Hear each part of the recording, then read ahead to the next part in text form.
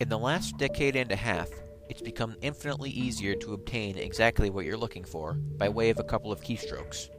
The internet has made it all too simple to use a computer to change reality. An abundance of information is merely a search engine away, to the point where it's hard to imagine life as any different. Yet, a generation ago, when the words streaming and torrent were meaningless save for conversations about water, people met face to face to conduct software swap parties, trading games and applications on Sharpie labeled 5¼ inch floppies. Of course, most of the time the meets were a way for frugal, community-minded individuals to trade popular games like King's Quest and Maniac Mansion amongst themselves. However, a few early programming talents designed their own computer games to share among their circle of acquaintances, who in turn would pass it on, until, if fun and well designed enough, an independently developed game had its place in the collection of aficionados across the country. Think of it as the 80s equivalent to a viral video. Pale Luna, on the other hand, was never circulated outside of the San Francisco Bay Area.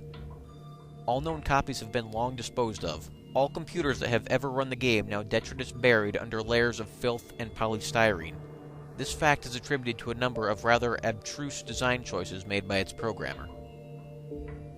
Pale Luna was a text adventure in the vein of Zork and the Lurking Horror, at a time when said genre was swiftly going out of fashion. Upon booting the program, the player is presented with a screen almost completely blank, except for the text, "You are in a dark room. Moonlight shines through the window. There is gold in the corner, along with a shovel and a rope.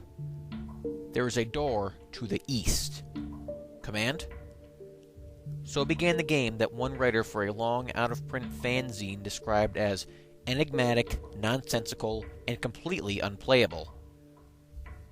As the only commands that the game would accept were pick up gold, pick up shovel, pick up rope, open door, and go east, the player was soon presented with the following. Reap your reward. Pale Luna smiles at you.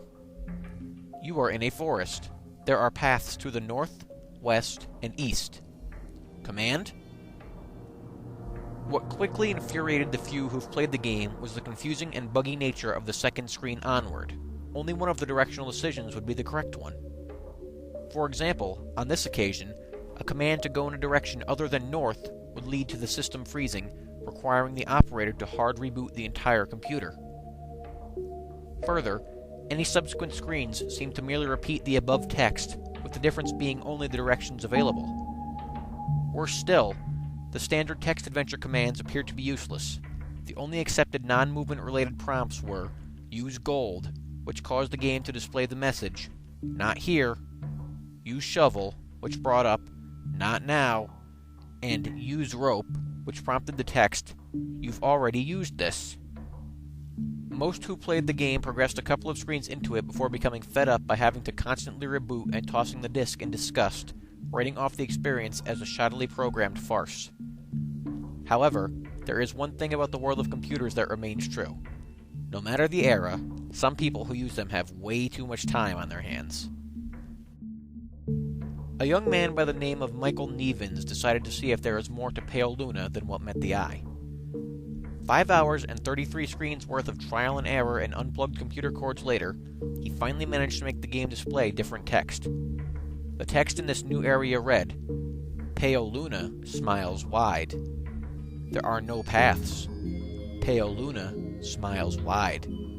The ground is soft. Pale Luna smiles wide. Here. Command? It was another hour before Nevin stumbled upon the proper combination of phrases to make the game progress any further. Dig hole, drop gold, then fill hole.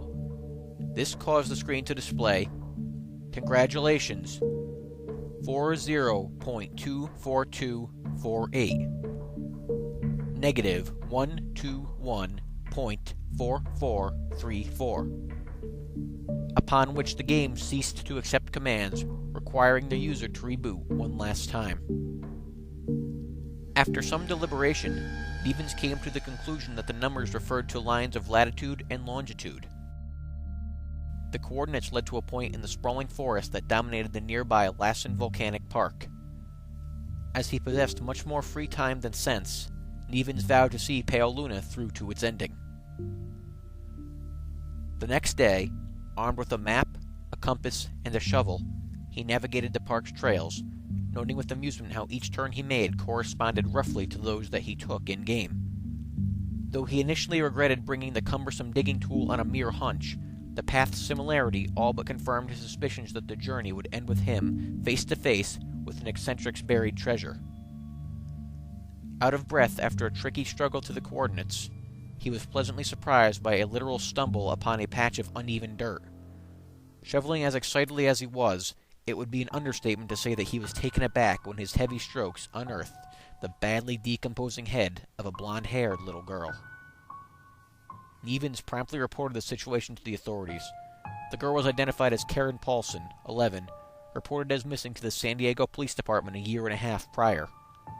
Efforts were made to track down the programmer of Pale Luna, but the nearly anonymous legal gray area in which the software swapping community operated inescapably led to many dead ends. Collectors have been known to offer upwards of 6 figures for an authentic copy of the game.